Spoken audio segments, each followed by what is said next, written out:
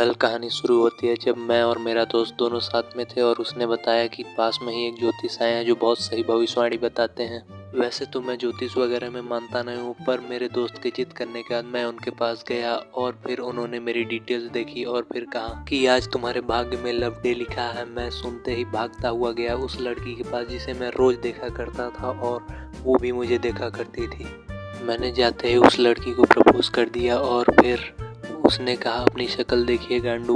तो मैंने ये बात सुनते ही कहा अरे तुम भी रोज मुझे देखा करती थी, तुम ये क्या बोल रही हो। उसने मुझसे कहा मैं तुम्हें देख के ये सोचती थी कि अभी ही मोलेस्टेशन का केस कर देना सही रहेगा या फिर तू जब कुछ बकेगा उसके बाद करना ठीक रहेगा।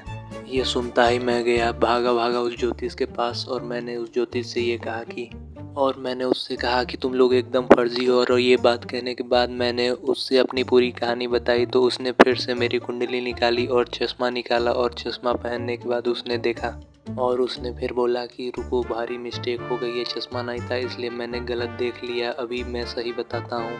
फिर उसने मुझसे कहा तुमने वो मशहूर कहावत तो सुनी ही होगी कि कुछ लोगों के पास एक नहीं दो लौड़े होते हैं, एक शरीर में लगा होता है और दूसरा किस्मत में लगा होता है। तुम भी उन्हीं लोगों में से एक हो। मुझे माफ़ करना कि मैंने चश्मा न होने की वजह से तुम्हारे किस्मत में लगे लौड़े को लबड़े बता दिया।